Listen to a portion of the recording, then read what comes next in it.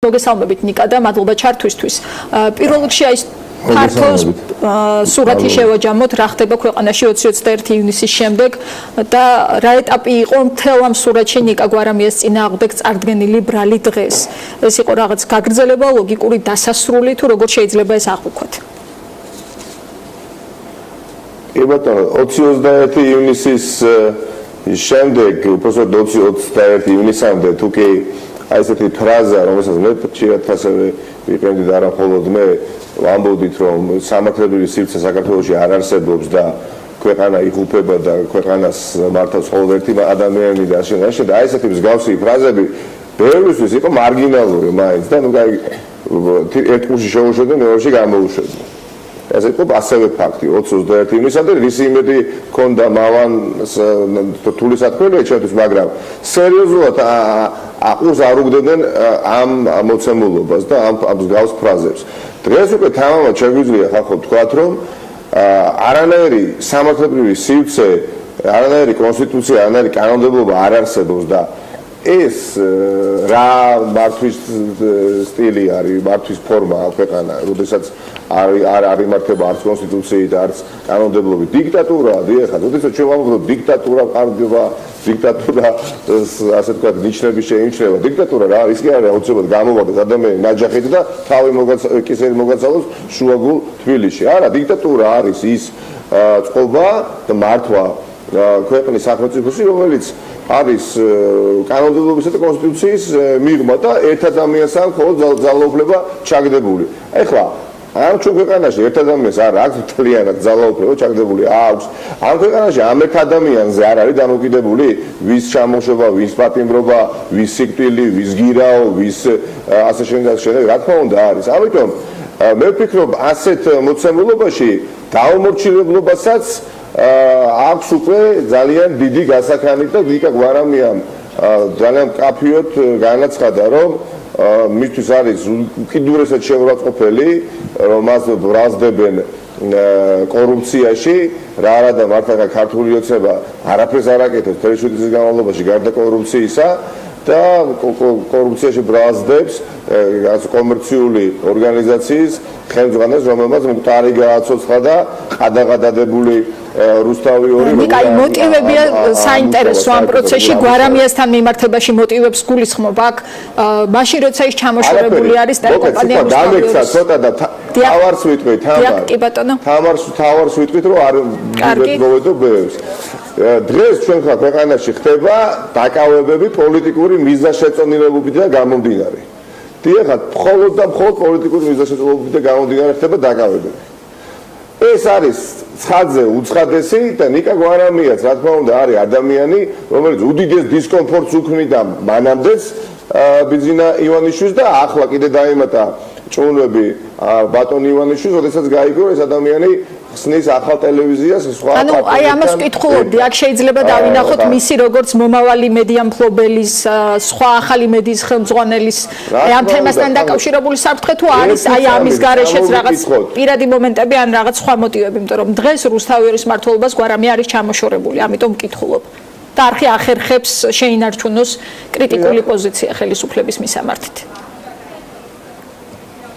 დიახ, რა თქმა უნდა, პირადი მოტივებით დარწმუნებული ვარ იქნება ივანიშვილის შემთხვევაში, თუმცა პერსპექტივა იმისა, რომ ამ ქვეყანაში შეიძლება გაიხსნას კიდევ ერთი დამოუკიდებელი ტელევიზია, საიდანაც კრიტიკული აზრი ისმის, რა თქმა უნდა, ბიძინეიშვილს რგულად ვთქვათ არ სიამოვნებს. ერთადერთი გამოსავალი აქვს, რომ მაქსიმალურად გაანეიტრალოს ყველა ძირითადი მოწინააღმდეგე და ჩაახშოს ყველა ტელევიზია, მათ შორის თქვენიც, დიახაც, იმიტომ რომ ამ ადამიანმა სხვა რა უნდა აკეთოს.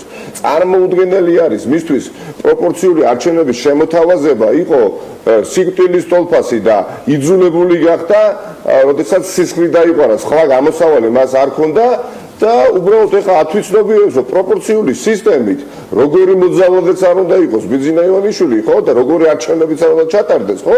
წააგებს, უბრალოდ შეუძლებელი არის.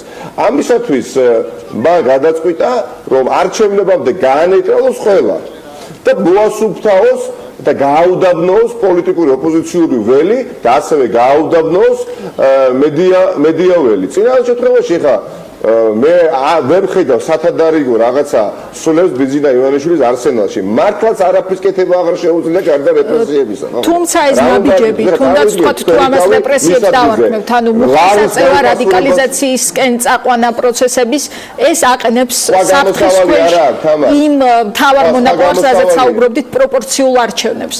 ანუ ამ მთავარ მონოპოლს ექნება თუ არა საფრთხე ამ ნაბიჯებით? არა აქვს. პროპორციული არჩევნები, მოდი პირდაპირ ვთქვათ, იყო იძულებითი ნაბიჯი და მხოლოდ დამსახურება დაღვრილი სისხლის და არც არავისი. სისხლი რო დაღვარა ბიძინა ივანიშვილმა, უბრალოდ სხვა გამოსავალი არ დაიტოვა. არც ერთ შემთხვევაში პროპორციულ არჩევნებს ის არ შემოთავაზებდა. ჯერჯერობით ხორცია შესაძლებელი, მაგრამ ამას ეხა მე მგონი წინ აღარ აღუდგება. ეს უკვე მოცემულობად მიიღო ამ ადამიანმა და ეხლა მიდის თავების, ასე ვთქვათ, მოწყვეტა ყველა ძირითადი ოპოზიციური თუ მედია მენეჯერების მიმართ რა რეპრესიული მანქანის ამოქმედება.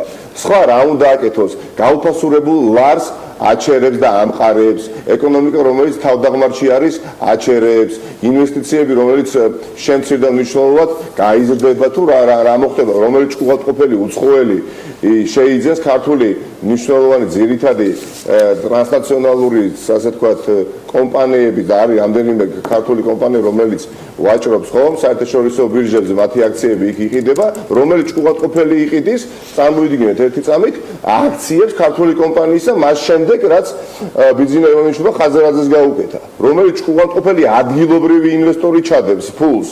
ეკონომიკა ხო დიდწილად დამოკიდებულია ასევე განწყობებზე. შეიძლება მე ბევრი ფული მქონდეს, მაგრამ თუ ხედავ რომ ქვეყანაში ამდენად არასტაბილური ვითარება და ერთი ადამიანის ხუსტურზეა ყველაფერი დამოკიდებული, უბრალოდ ამ ფულს არ დავაბანდებ. აი მაქვს ფული, მაგრამ ორ ხაზს ხედავთ, არის ერთხელ ეს პოლიტიკური ელოზე მიმდინარე ცვლილებები და არის მედიაში მიმდინარე რაღაც გარკვეული სრულები ტელეკომპანია პირველი რადგან ახსენეთ, ამიტომ აქ მინდოდა მეკითხა სწორედ ამ თემაზე, რომ აქ ჩვენ შემთხვევაში სიტუაცია ჩანს იურიდიულად ცოტა სხვანაირად, ვიდრე ვთქვათ რუსთავი-ორთან მიმართებაში, სადაც მესაკუთრეების დავა იყო იქ, მეწილეების პრობლემა და ასე შემდეგ.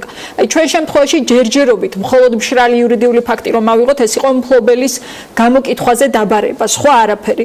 და ეს ხაზი იყო ერთგვარად თავის სამართლებელი არგუმენტიც უმრავლესობის შეფასებებში, როდესაც ისინი ამბობდნენ, რომ აი ბრალის შინაარსია მნიშვნელოვანი და ტრენდია, მოდა რომ დაუკავშიროთ ეს ყველაფერი ერთმანეთს.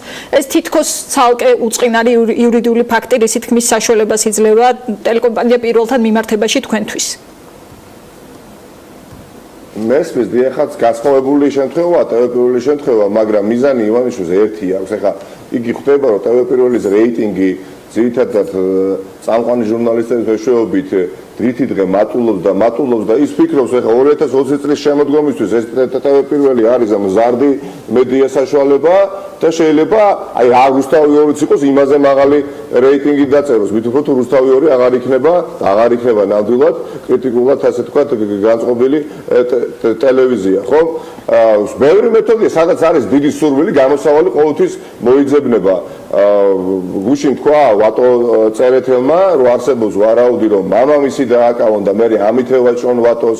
არის სხვადასხვა შესაძლებლობები ფინანსურად მოგვიდოს, მაგალითად ტელეპირველი, არ ვიცი ხა რა იხარშება ბიძინა ივანიშვილის თავში, მაგრამ ერთი არის ფაქტი ჯიუტი, რომ ყველაფერი ცუდი როგორც წესი იწყება მცირედიდან.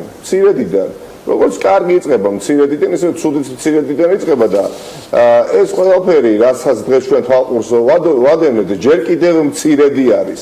მე უბრალოდ ვშიშობ, რომ ძალიან ცუდი კიდევ წინ გვაქვს და ეს პერსპექტივა ბიძინა ივანიშვილისთვის არის პირველ რიგში ძალიან არასასიამოვნო დასანახი. აი ძალიან ცუჩი რას გულისხმობთ? აურაცხელ ძალიან სუჩი ხედავ აურაცხელ რაოდენობას მოსახლეობისას, ხედავ ქუჩაში გამოსულს, არ დაგიმალავთ ეხლა. ხედავ გამოსულს და ბიძინა ივანიშვილს დამაცხებულს. სხვა გზას არ ტოვებს. ეს ბიძინა ივანიშვილი უნდა წარმოვიდგინოთ. თუმცა ხო პერიოდი ამისთვის არის ყველაზე ზუსტი თუ რაღაცაზე ვისაუბრებთ, ხომ? ნაკლებად ცხელი პერიოდია, ქუჩაში ხალხის გამოყვანა ამ ეტაპზე არის ძალიან რთული გამოსვლა, არა გამოყვანა, არა გამოსვლა. ეხლა არ ვამბობ, მე ხავე წინ არის შემოდგომა. ხალხო არ არსებობს გაუდაბნოებას ცდილობს ველისას, ოდესაც ვამბობ, გულისხმობ, რომ ყველა ადამიანის განეიტრალება ცდილობს უბრალოდ სხვა გამოსავალი არ აქვს და კარგი სულები აღარ დაჩა და ამიტომ თორე კი არ სიამოვნებს ამის გაკეთება, მაგრამ ბოლო რა არის? ბოლო არის უბსკურში გადაჭეყვა და ბოლო არის ის, რომ გამოვა ხალხი ძალიან ბევრი ქუჩაში და ბიზნესმენები გაიქცევა.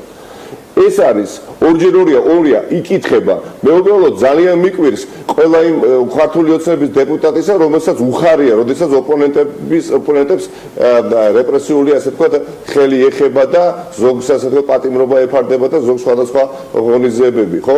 არ არის ეს ასე პირიქით, ხახდო, ის 20 ადამიანი, ვის დააკავეს 20 ივნისის მოვლენების გამო, ამ 20 ადამიანის დაკავებით ბიზნესმენებმა 20 ჩათვალეთ ოპოზიციურად, კვეთად განწყობილი, გაბრაზებული პარტია შექმნა თავისი მეგობრები ნათესავებით და ახლობლებით.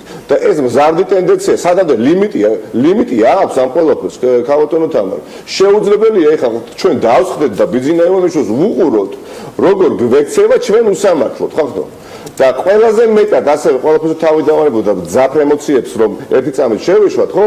უკვე ორმაგი სტანდარტი ადამიანებს ძალიან აბრაზებს, ხახდო?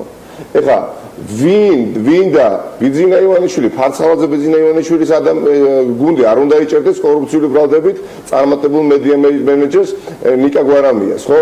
სად იყვნენ ეს ხალხი, სად არიან ის დამნაშავეები, კრიმინალები, რატომ ერთი დღე საპატიმროში არ გაატარეს, როდესაც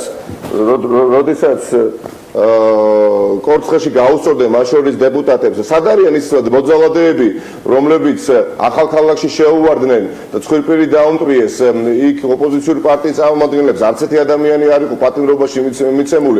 სად არის ის ხალხი, ვინც მაგალითად ბორჯომში არა ძალიან მაინტერესებს უბრალოდ შევახსენო, სად არიან ის ხალხი, ვინც ბორჯომში დეპუტატებს მათ შორის ფიზიკურად გაგვიწორდა, იმიტომ რომ დეპუტაცია ოპოზიციური თხოვდაწყებაში აიყვანეს და საკრებულოს თავმჯდომარეს განცხადებას დაწერას აიძულებდი და უამრავი სხვა მაგალითები, ხო? ერთი მხრივ რა ხდება, რას გვეუბნება ბიძინა ივანიშვილი? კანონი და კანონმდებლობა თქვენთვის არისო, ჩვენთვის არ არისო. ჩაგატყამ თავში, ქცენ, დაგარდეთ, მაგრამ ვინაიდან ამ ყველაფერს აკეთებს ჩემიანი და ჩემს ორბიტაზე მყოფი ადამიანი, ხო? მე მას ვაპატიებ, მაგრამ როგორც კი შენ წინ აღუდგები ამ უსამართლობას, ხო? აი აქ უკვე ამუშავდება კანონი და კანონმდებლობა. აი ეს მოცემულობა გქონს, ხახდო? დიდი მადლობა ბატონიკა. ჭიდაობის ფედერაციის პრეზიდენტად ხავთ, ადამიანი დანიშნული, ვინც ჯერ მის სამეგრელოსთან ერთად კორცხელში არბევდა ხალხს და მერე თავას სპორტის სასახლეში ცემა ერთ-ერთი წარმატებული სპორტსმენი და არაფერი წამოვიდგინე. ძალიან დიდი მადლობა ჩართვისთვის. არავინ არ აპირებს, კი ბატონო, გააგრძელოს. ციხისთვის ძალიან ბევრი ადამიანს გაუძლია და ძალიან ბევრი ადამიანი გაუძლებს. გაუძლებს უკეთესი ხვალინდელი დღის იმედით და ნიკა გვარამე დაწუნებული ვარ ციხეში იქნება. სუხის მიღმა აუცილებლად ითამაშოს ერთ-ერთ მნიშვნელოვან როლს ივანიშვილის დამარცხებაში ყველა სხვა ადამიანთან ერთად. თქვენთან ერთადაც მერე უნდა ვიკამათოთ, მერე უნდა ასე ვთქვათ განსხვავებული აზრები მოვაქვიოთ თავს ერთმანეთს, მაგრამ ჩემი შეფასებით და ვასრულებ პირდებით, ეს ქვეყანა იხუფება და ბიძინა ივანიშვილმა უკვე გადაამვაშა ამდენი დაკავებით. აი ბევრი ჰეი ხარს უკუღმა და წაიყვანსო, დიახ ხომ? აი ასე დაემართა ბიძინა ივანიშვილს, გადაამლაშა და ეს ყველაფერი შემოუბრუნდება მას ძალიან მყინვარულად. დიდი მადლობა. მადლობა ნიკა მელიას, ნაციონალური მოძრაობის ერთ-ერთ ლიდერს, რომელიც საუბრობდა პირდაპირ ეთერში